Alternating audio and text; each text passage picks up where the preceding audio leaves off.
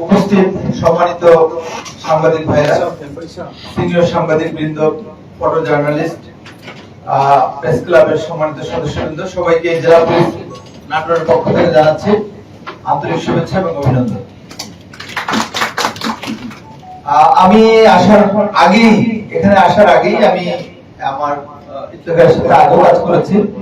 আমি বলেছি যে আমি কিন্তু প্রথমে এসেই সবার প্রথমেই আমি সাংবাদিকদের সাথে কথা বলবো এবং তাদের কাছে থেকে আমি নাটোরের সমস্যাগুলো জানার চেষ্টা করব। কারণ আমি প্রথমে বলেছি যে মিডিয়া হচ্ছে সোসাইটির আয়না, মিডিয়া হচ্ছে রাষ্ট্রের আয়না, এবং এই আয়না দিয়েই কিন্তু একটা রাষ্ট্র কি কাজ করছে এটা কিন্তু যে কেউ জানতে পারবে।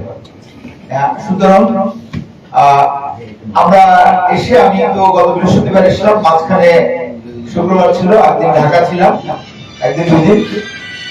আজকে এসে আমি বলছি যে কালকে না, আজকেই সন্ধ্যায় আমরা বলবো। লেট হয়ে দেরি হয়েছে, আমরা আপনাদের কাছে বসছি এবং আমি আন্তরিকভাবে আনন্দিত যে আপনারা অনেকেই এসেছেন, প্রায় সবাই মনে হয় এসেছেন। আপনাদেরকে আবার ধন্যবাদ দিচ্ছি। আমি প্রথমে বলি যে নাটোরের মানুষের জীবন এবং সম্পত্তি নিরাপত্তা বিধানে আমি এবং আমার টিম, অর্থাৎ নাটোর জেলা পুলিশ প্রতিশ্রুতিবদ্ধ, এবং এই প্রতিশ্রুতি পালনে আমি এবং আমার টিম সর্বাত্মক চেষ্টা করব এবং আমরা সচেষ্ট থাকব। আপনারা অনেকগুলি বিষয় বলেছেন, আমি এগুলি জাস্ট একটু করে আমরা পরে একটু কথা বলবো।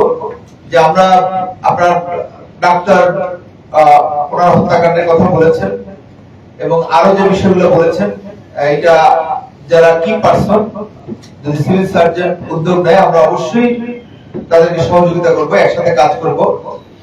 খুব চমৎকার কথা বলেছেন যে বর্ষায় পানি নেমে গেলে ওই সমস্ত এলাকায়, বিশেষ করে রুরাল এরিয়ায় একটা কনফ্লিক্ট হতে পারে।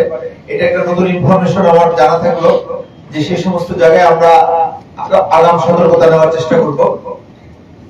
তারপর হলো বালু মহলের বিষয়গুলো বলেছেন। আপনারা জানেন যে বালু মহলের যে বিষয়গুলো, এটা